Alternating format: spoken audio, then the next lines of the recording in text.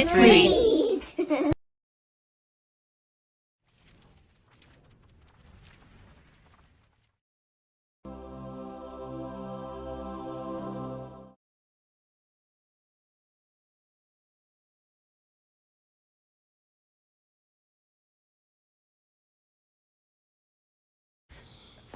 By Angel Terrell. While the brown gravy simmered on the stove, MaLou and Rodney bubbled at the dinner table. They couldn't stop talking about the Christmas tree display at Abdallah's department store. "One tree had a choo-choo train that went around on real tracks," exclaimed MaLou. "My favorite was the one with puffy white branches," Rodney replied. "I can't wait to put up our tree this year." Mama and Daddy smiled and nodded while the children continued, but instead of chiming in, they kept to their dinner silently. When all the lights in the little red house were out and their giggling had faded, Rodney and MaLou heard Mama and Daddy talking. Their voice sounded so strange. The two children crept from their beds and leaned closely against their door to make out the words. "Things have been so hard," Daddy said in a low, flat voice.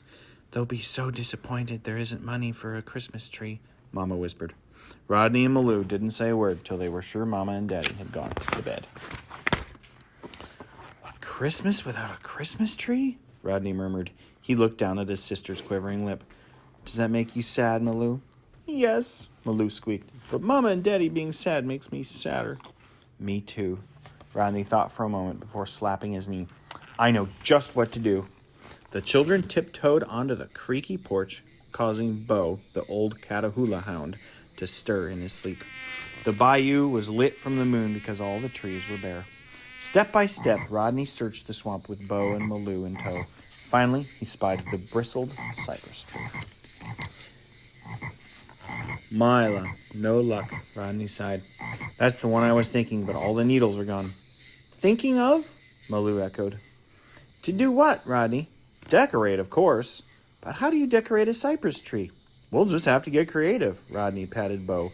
"Alonzi, let's go. Our bayou friends will help. Let's ask the cardinals to nest in its branches for red ornaments."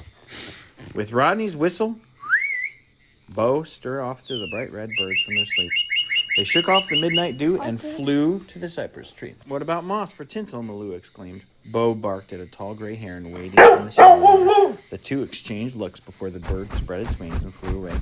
Moments later, a flock of herons returned to the bayou carrying long strands of curly moss. "We need lights," Rodney shouted. "Lightning bugs," MaLou laughed. "It's starting to look like a real Christmas tree," MaLou giggled. Rodney wound together 5 freshly shucked oyster shells that shimmered in the moonlight like a star. MaLou gathered strips of fabric from Mama's unfinished quilt and tied them around the cypress tree knees like wrapped presents. The children stood back to admire their work. Bo's tail thumped against the porch wood. "What's this here?" Daddy exclaimed. "My goodness!" cried Mama's voice. The children turned around to find Mama and Daddy gazing at the tree. "Please don't be mad we're out of bed," said MaLou. "We didn't want y'all to be sad there was no Christmas tree this year," added Rodney. Mama and Daddy knelt and gave the children a hug.